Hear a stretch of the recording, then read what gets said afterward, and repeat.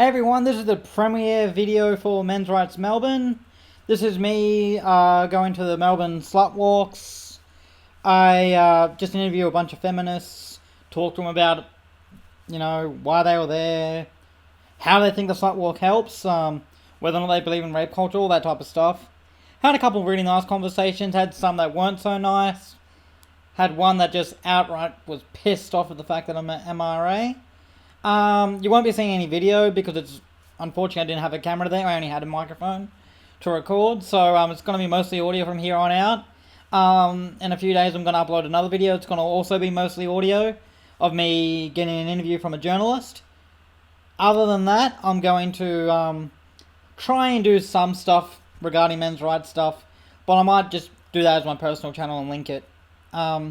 Anyways, hope you guys enjoy. I'm going to put some links down below for some of the quotes I make, because some of them I screw up, some of the stats I screw up, so I want to get proper information down, just so people can look at it themselves. Enjoy this video.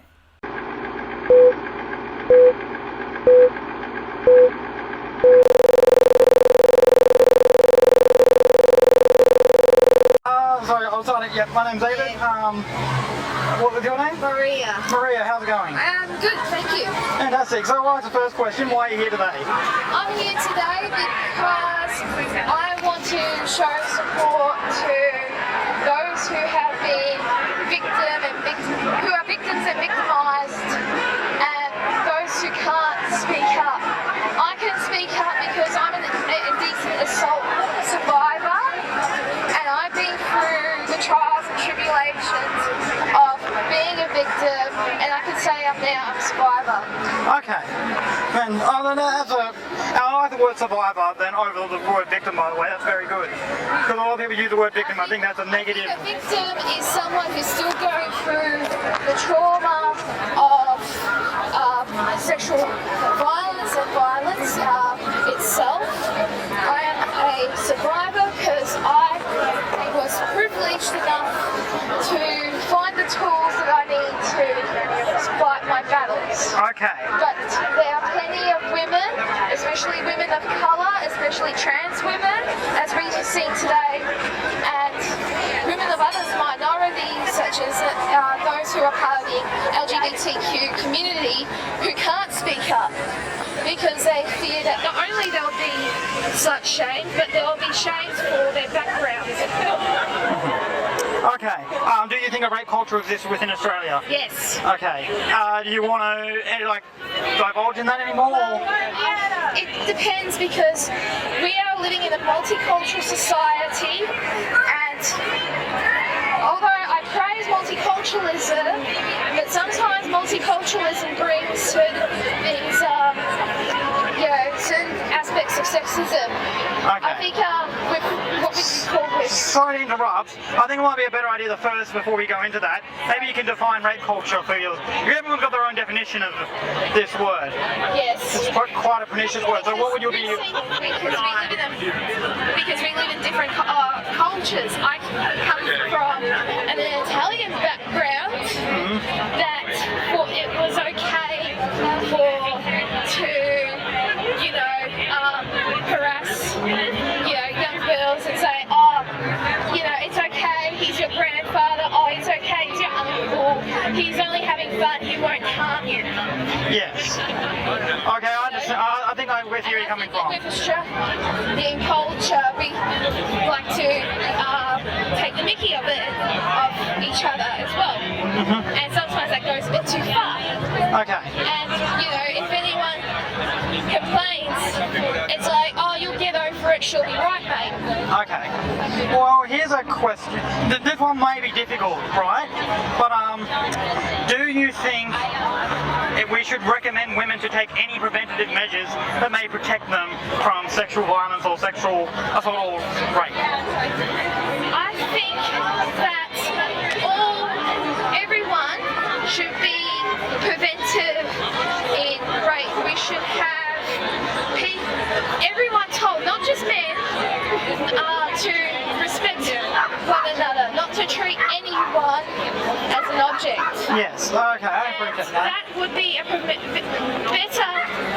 preventative measure towards rape than just telling women not to dress like sluts. Yeah, I agree with that, but I also, like for example, right, I will say, like, for example, if in America, right, you can carry a gun, that would be, well, something I would naturally do, because I'm a shorter, weaker person, and I'm, as a male, the most likely person would be attacked on the street. Maybe not sexually, but attacked, right? So I would carry a gun with me. And I wouldn't blame anyone if they got attacked for not carrying a gun, but I would recommend to anyone who's maybe weaker and can't defend themselves to do that for that reason. Do you see, well, you think that's fair enough? Like a society to prevent this 24/7. No, of course not. I'm saying reasonable protective measures. Yes. Reasonable. You know, so within, exactly, like, if... Well, okay. And I'm not saying that you should be blamed if you don't. I'm saying, should we at least encourage people to take protection? Well, if anyone is found in a situation where they are compromised, they should know that, you know, it's okay to say something. It's okay to put up a fight. It's okay to go to the authorities, even though you might think that the authorities might not help you. Okay, so that's a fair enough point of view. Yeah. And my last one would be, do you think there should be more effort to include male sexual victims and rape victims into the slut walk? Oh yes. Okay. Because we don't know for sure how many male victims there are. There's only a small As a matter of no, that's actually not quite true, I'm sorry. But you may not be aware of this, but boys are twice as likely, well, are twice more often to be sexually assaulted or molested when they're growing up. I apologise for my ignorance. No, that's okay. That's one of the reasons why I'm here, is to educate on the other side that I totally agree that we should protect women. I totally am against female violence, but I also think to say that it's a gendered issue, well, as you say, the perception I would is... like to add that, you know, sometimes men get, and boys, I should add, you know, they don't have the resources that women do, even though the resources for women can be lacking. There is hardly much out there for boys, as far as I know. Well, and I can confirm that, because... And, you know, we also live in a very masculine and rugged culture. Okay. You know, men are told, I heard stories about men who are raped that are told, oh, why couldn't you control a woman? Why couldn't you, you know, stand her over? Yeah. That sort of thing. Or even worse, when it's like a 13-year-old boy and they get raped by their female teacher, and they get even told, oh, you liked it, or you had an erection, so that's consent, and it's absurd. It's absurd and it's ridiculous. Like, that's... arousal doesn't mean consent, you know? There's a big difference. No, you're not your erection. Yeah, exactly. And also for a 13-year-old boy who has no concept. Sorry. Who has no concept of what that is. That's cool. Anyway, is there any questions you'd like to ask or anything you'd like to add? Well, what's your blog? I like to... Sorry? Okay, it's mensrightsmelbourne.org. Yep. Right, as I said, I haven't added any recent data to it, but this is one of my first contents to revive it, if you will. Tell you what, I'm an illustrator, but I have my email on this, so I'll just stuff it down there. Thank you very much. So you can just send me a link. Yep. Yeah. All right, thank you. You said you're a men's rights activist, yeah? That's right. So how do you deal with that? Because I hear a lot of bad rep from men's rights activists. Well, it's an interesting thing, right? Because the media, just like it does with kind of sex workers or other groups, it tends to stigmatise them to their own narrative, to whatever the public wants to hear. Yes. And the public doesn't necessarily want to hear that men need help, that men are not as strong as maybe the world would like them to be. So there's a lot of negative media out there, and I think if you speak to most men's rights activists, right, they will be totally in line with agreeing with women's rights, but maybe not with the dogmatic ideas of feminism. Right, so they'll go, I'm pro women's, rights, but they won't claim to be a feminist because of the negative portrayals they push towards men and boys. It would be kind of like someone who's part of PETA still eating meat. You can't be one without, I think we're both misunderstood, to be honest. Feminist, men's rights.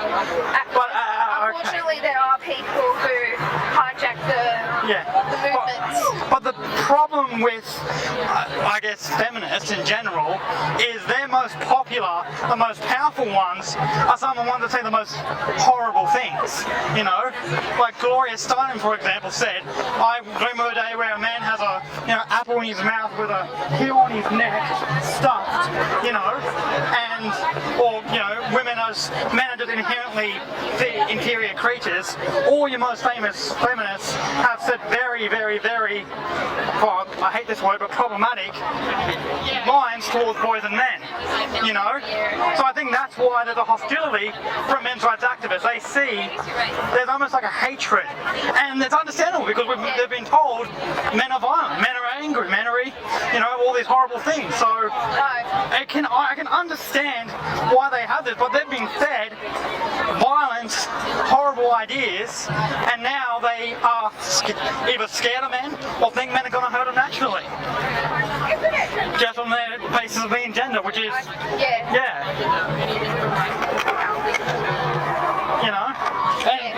and then also, I think people need to get their terms correct. There are several different movements out there that go for different things. There's men going their own way, there's pickup artists, there's MRAs, and the media tends to think they're all the same, when they're three very separate, very different ideals. They're not the same, but people mistake them. That's the thing. Look up MGTOW and look up PUA, and you'll see some of those people, you probably recognise them as quote-unquote MRAs when they're not. They're just people who I would consider very sexist, and I don't want to have anything to do with my movement. And they're not even part of it, but they're put into it. I'd say I'm feminist. I don't agree with all feminists. Well, I'd say that, and also that same thing with MRA. I follow, I think a good example for today would be Roxanne Gay. You heard of her? Yes, I have. Yeah, so I think, she says that, I'm a feminist, but feminists should, address their flaws and accept that no one's perfect. Would you say you're part of choice feminism? How so? Well, choice feminism is women have the right to choose their own bodies, their own sexual activities. They shouldn't be judged for it. Yes. And that's, I guess, the type of feminism I agree with the most. They should have a choice as long as they don't... Sorry? Can I help you? Oh yeah, I was just reading that. I think they have a choice as long as they don't hurt anyone. No, and that's what I mean. And they don't hurt themselves. And obviously we agree with that there. Yeah. Oh. Thank you very much.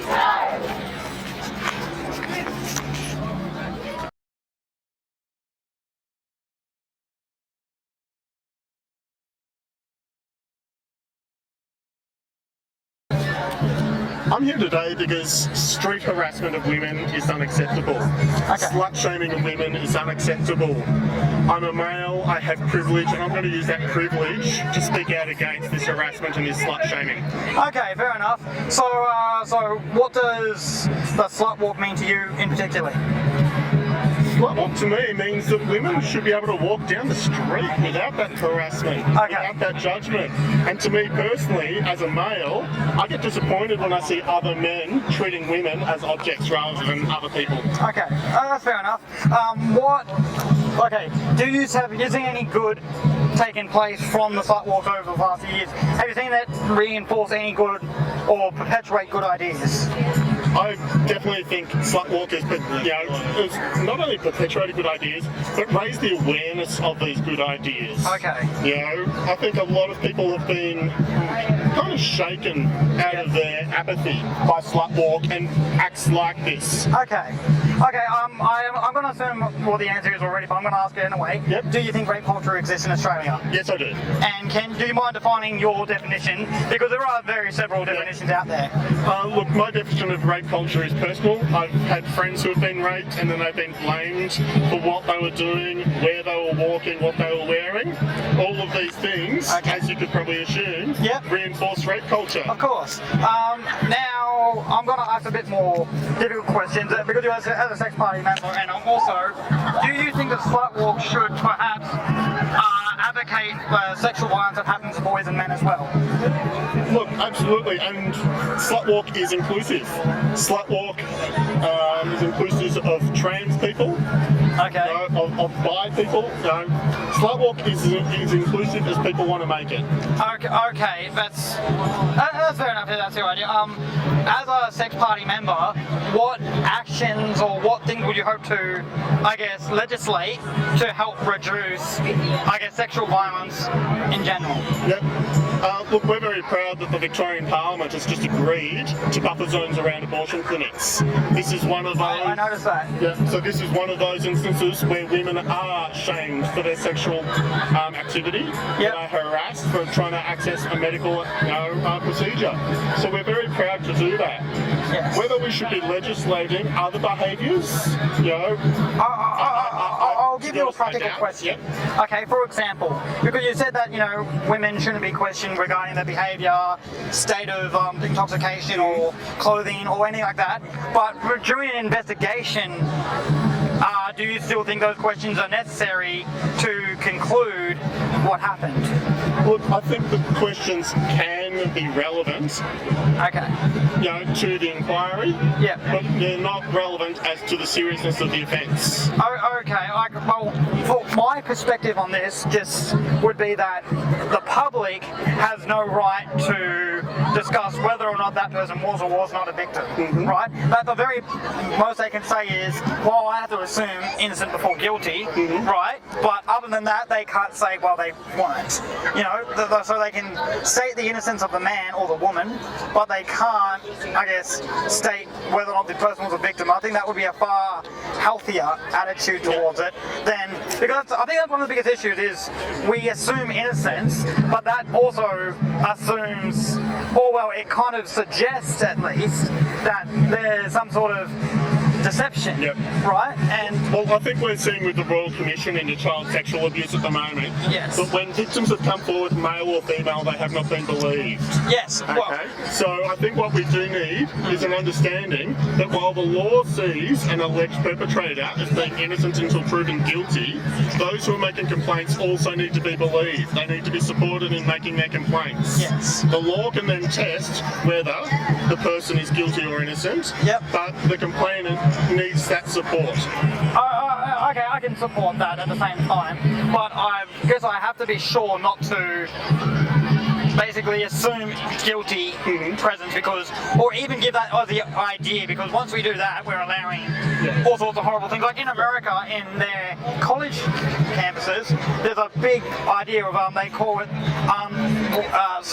got to get it right, not reasonable doubt, they go preponderance of evidence, right? Which means if it's a 50-50 chance, we've got to assume he's guilty, right? Which is But in the college system, we're not talking about criminal law either. No, we're not. We're talking about civil spaces. Yes, so there is a difference there. No, of course there is, but when someone's livelihood is included on that conviction, if you will, there is a problem, I believe, and there are consequences, absolutely. I think, and once again, it's a complicated idea. Like, should we we've obviously got to have a healthy mix. And my last thing would be that, based on laws current, right, it is very difficult for, a woman is basically can't be convicted unless she uses some sort of object of raping a man, right? That's wrong. Women have been convicted. Women have been convicted. No, they've been of sexual assault, but not of rape. No, because the definition is with a object, finger, orally, anally, or vaginally, male or female, right? And unfortunately, without a woman can't penetrate in general. So there's no such envelopment clause. So, women have been convicted of sexual assault and rape. No, sexual assault, yes, but rape, and they have been, but that's only when they penetrate. Or, That's the problem. Is or when they arouse somebody for penetration. well, that's for child. That's for children. No, it's okay. No, that's fair enough. I was just suggesting. Without looking at an actual case. Okay, that's fair enough. Well, okay, I was saying based on, I guess, law, the way it's written, it's not excluding men, but it's also making it difficult for it to happen. Well, that's okay, that's fair enough, because you're not an expert. That's right. Now, where are you from? I'm from Men's Rights Melbourne. Well, actually, I'm from Men's Rights Melbourne. Men's Rights Melbourne? You know, I just try to, I guess, talk about the other side sometimes, because I feel like sometimes it's ignored, you know, and I feel like there's very little voice for us. I'd like to put on record that the Australian Sex Party is the first political party to call for a Royal Commission into child sexual abuse. No, I actually know that, and I'm very proud of that, I guess, Royal Commission. I'm less proud of the violence one, because once again, that one seems to push less of a gender-neutral ideal. But I am very in favour of the other one, which is, wait, one step at a time. I'm happy with one step at a time. I think you do have to recognise that the major proponents of violence against women, men, and the major proponents of violence against men are men. You know, in street violence. So there is absolutely an issue with violence in the streets, with men hitting men. Yes. There's absolutely an issue in the streets with men abusing women. Now, men are the majority proponents of violence in our society. Yes. Right? Now, men are also victims. There is absolutely no doubt about that, and they should be treated equally. Yes, okay, fair enough. That's a good answer. Anything else you'd like to add before? No, that's all. Fantastic, thank you very much for talking. Cheers, thank you.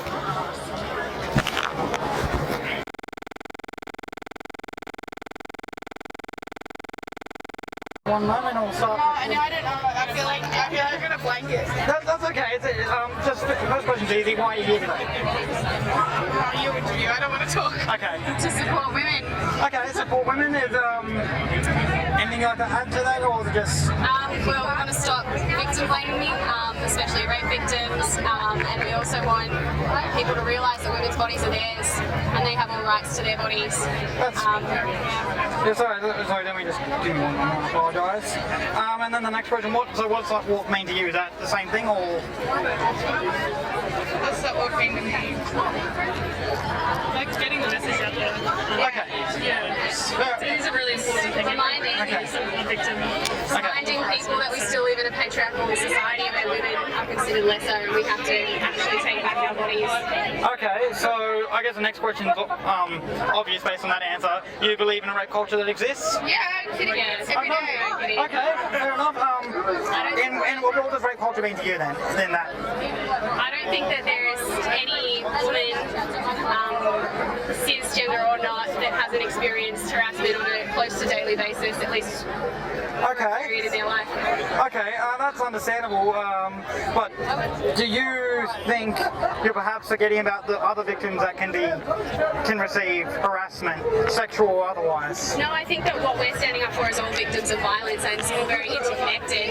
Feminism doesn't just mean women are victims, it means we live in a construct that victimises women as well as men to fit into certain gender roles which may bring about violence or some other kind of oppression. Okay. What, I guess, actions could be taken to help prevent rape culture that are, I guess, a bit more practical, for lack of a better word? Or do you think there should be any advice given to, for example, government or police investigations? I think, rather than sex education in grade 9, I think there should be education about consent for boys, education about gender roles, education about... There should be education about sexual pleasure for women as well, because that is totally not there.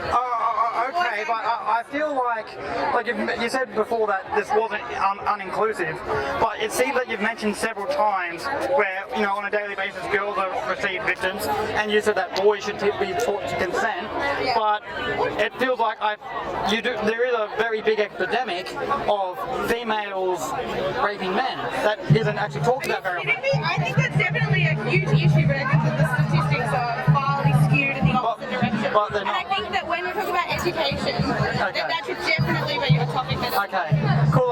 One of the most victimized demographics on the entire entire planet is underage boys. Okay, I Were think you we aware need of to that? start the interview now because this is less of an interview and you just telling us what your opinion No, I'm not. I'm just asking. I was asking you your opinion, then I was basing your opinion. You gave us that's three like an gendered. entirely false statistic. It's not that. Not exactly the same issue. Yeah, it's totally like totally. It's about boys being raped. Yeah, and I'm not saying that that's not an enormous issue either, but like, and it needs to be. It's still about education and it's about people consenting for their own bodies. It's the same thing. If young boys are offered, like, given the chance to consent, then obviously that issue will decline. Same as if women are consent to have sex. Okay, fair enough. I'm going to stop the interview now because obviously we can't have this as a discussion. And what's it for? Just Well, it's for my blog. I basically just do things regarding like gender issues. yeah, okay. And how they're affected and all that type of thing. Okay, Yeah. no worries. Okay, so we'll start with why are you here today? The reason I'm here today is because we have rampant sexual violence in Australia and violence against women and children. Okay. And, you know, and it's not only women right here in Australia, but also asylum seeker women who are imprisoned on Nauru as well. Okay. Okay, fair enough. What does the Slut Walk mean to you, personally? What the Slut Walk has been a fantastic initiative in response to judges who refuse to take sexual violence seriously because they say some people in society say that women deserve it if they're dressed what they call provocatively. And it shouldn't matter how women dress. Okay. Have you seen any positive results like from the Slut Walk being a thing? Have you seen any, like I guess, positive action come from it?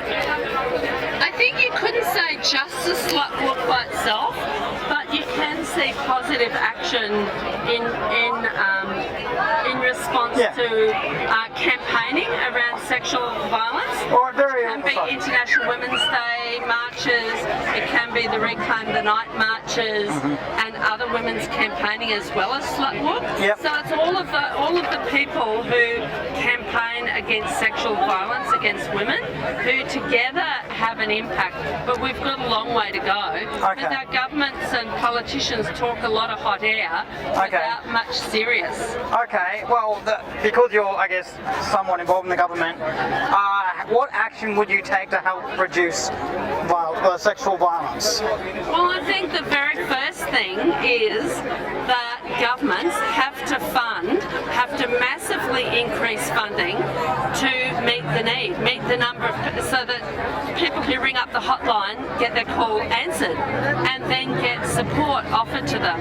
And there needs to be proper funding for sexual assault services like CASA. And also there needs to be properly funded non-judgmental sex education in schools, which teaches about the rights of women and consent. Okay. That's actually really important because sex education in school doesn't talk about consent and it's often very sexist. Okay, that's understandable. I've noticed you've mentioned like women as a primary victim of several of these issues, right?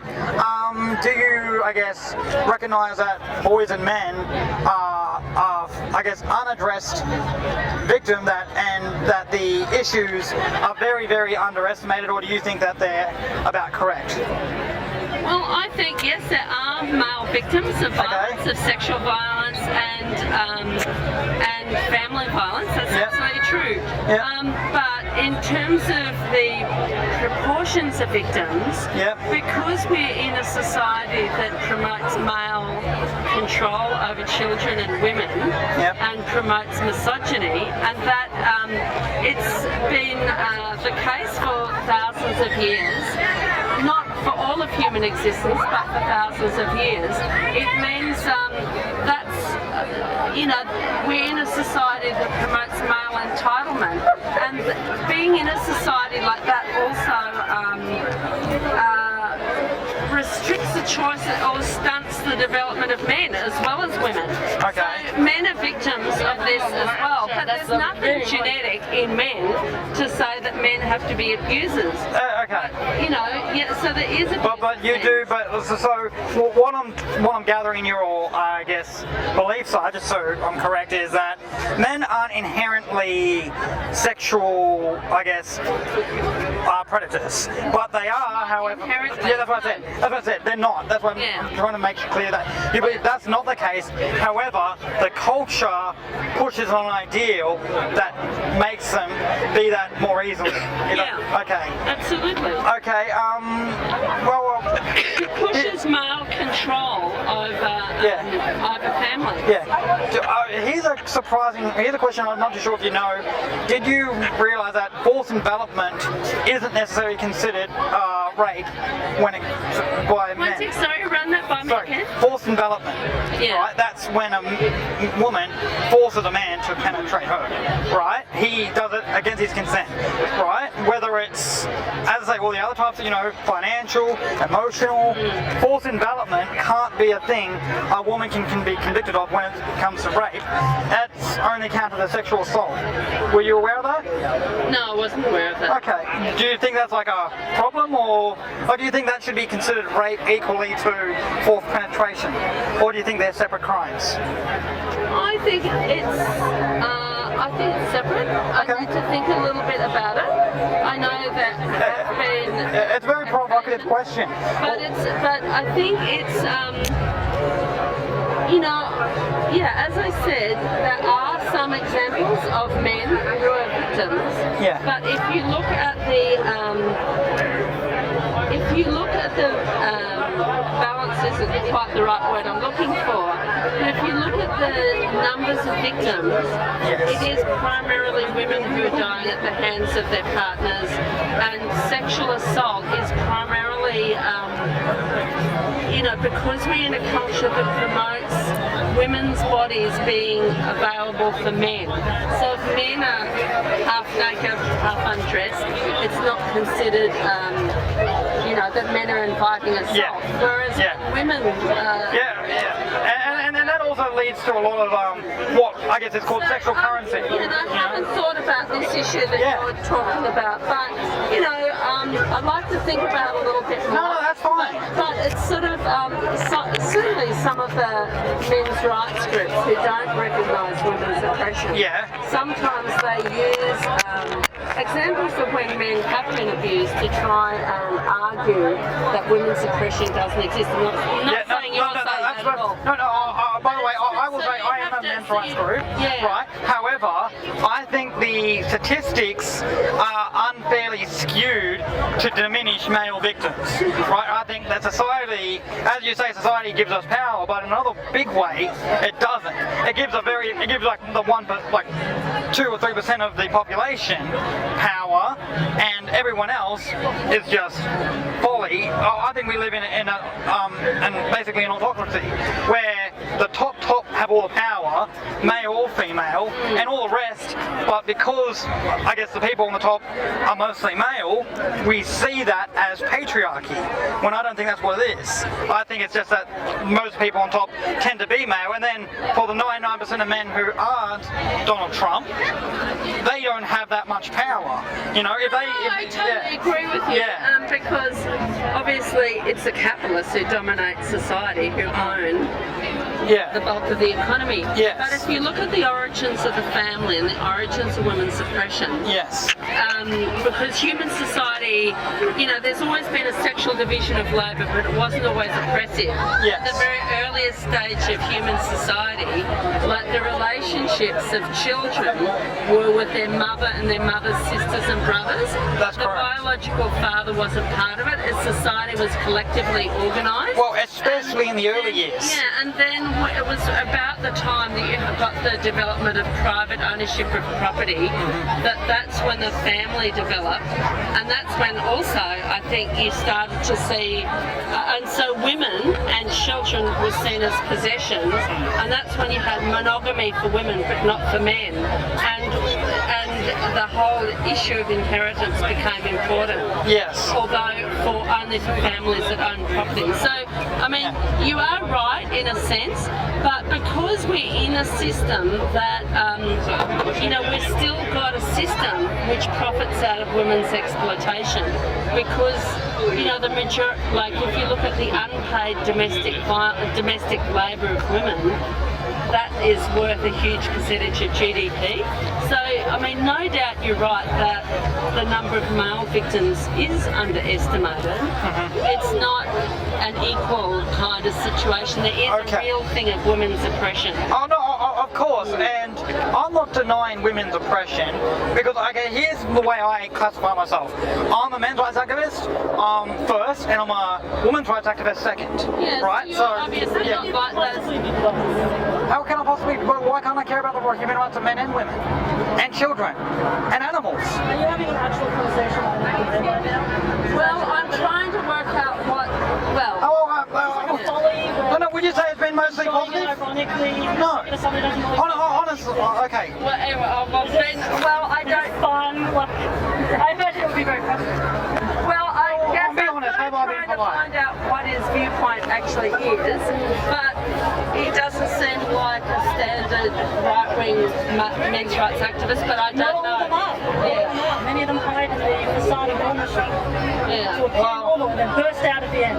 No, I'm not doing that at all. Well, I'm just. I know there are some groups which are not the standard men's rights groups, so I don't really know what the group is. Exactly right, and that's one of the worst things. That was why I was actually, because it's come across as a far right, don't recognise anything. But anyway, I don't know, it's just... There's a whole spectrum. See, but the thing is, I would never talk to someone the way she's talking to me. I feel that's very disrespectful. I wouldn't treat you that way ever. Don't explain feminism to me. I'm not explaining feminism to you. I'm explaining myself as a human being that I wouldn't treat you that way. That's not anything other than me saying how I act around people. As an egalitarian. Yeah, exactly. Anyway, it was lovely talking to you. There. Yeah, I think that got cut abruptly, unfortunately. You might want to come to that. I'm so sad that white men don't have a voice in society. Ha! Great.